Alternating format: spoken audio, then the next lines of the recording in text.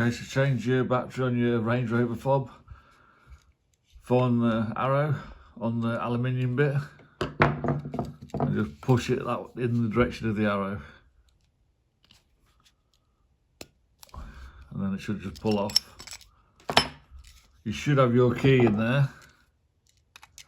Well, on this one it hasn't got it because it hasn't been cut yet. Your key fits in that slot and you can just turn it and open it.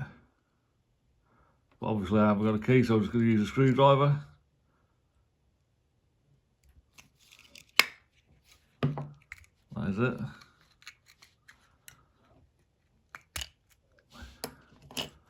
So there's your PCB, and on the other side should be a battery. So it looks like a 2030, I'll just have a look.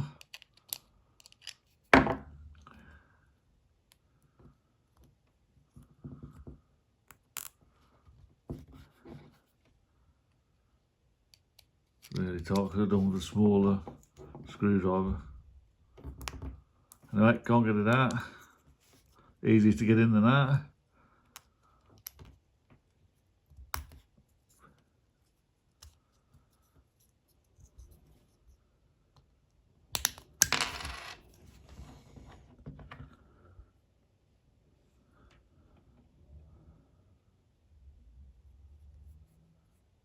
So yeah, 2032. Most of them are.